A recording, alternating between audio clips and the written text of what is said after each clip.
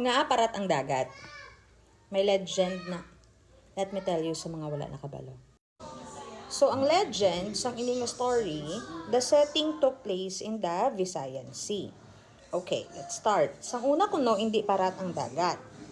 Pero, ang dagat hindi parat. So, sa tunga sang Visayan Sea, mayroon na ako no gamay nga isla nga bato-batohon. Tapos ang ga-star, isa lang kapamilya. Isa katigulang nga babayi, kagang iya nga bata. Sila lang nga duwang ga-star sa amon nga gamay nga isla nga bato-batohon. Ang ngalan sang tigulang nga babayi, si Sadaya. Ang ngalan sang iya bata, si Aliwan. Now, ang bana ni kuno ni Sadaya, na patay na siya sa sea, sang nagbagyo kay fisherman, di ba, napatay siya, dugay na. Ang problema ni Sadaya, nga tigulang, she loves gold so much. So much nga ang iya kuno balay, ang iya nga hiligdaan, pati ang mga kubyertos nga ginagamit akong magkaon sa is made of gold. That's how much she loves gold. Paano siyang kakwa gold? Sa iya kuno isla nga sila lang nga duwa sang iya bata ang naga-star. Kay di ba hindi paparat ang dagat. So sa iya isla, iya lang gid isla sa iya isla may ara kuweba nga naga-produce sang asin.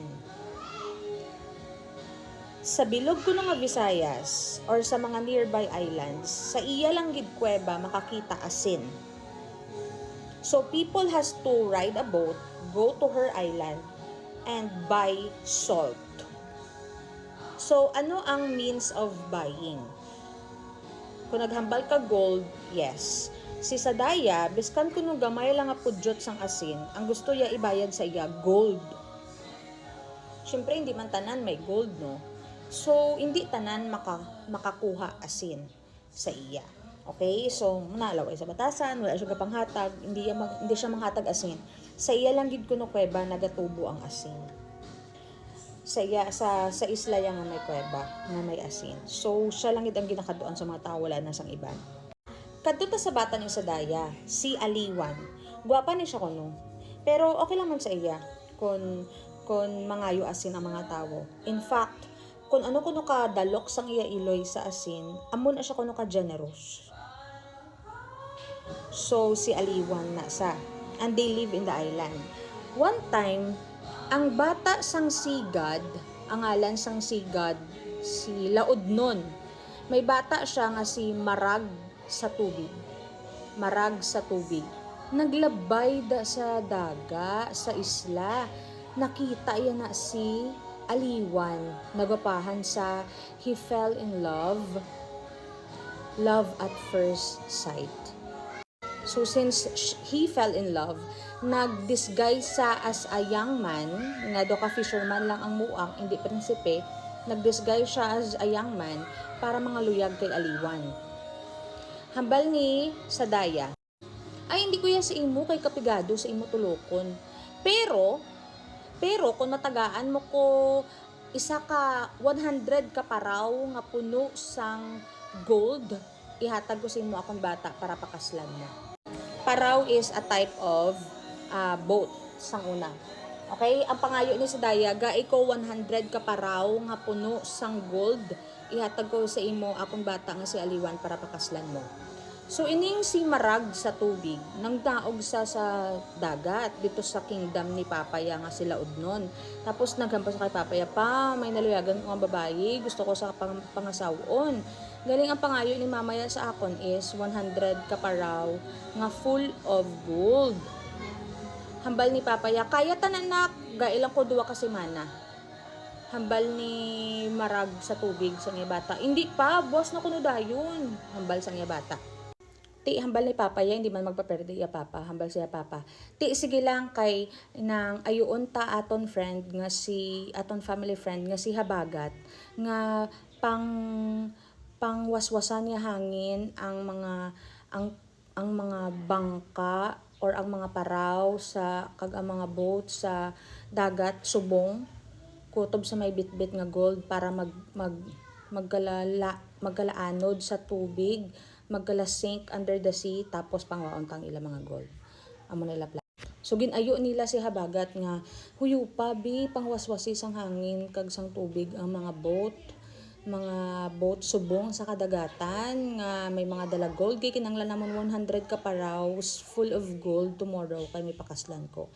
Hambal ni habagat, okay, no problem. So ginwaswasan niya sang hangin ang kadagatan kag kutob sa mga boats nga may naga-carry gold nagkala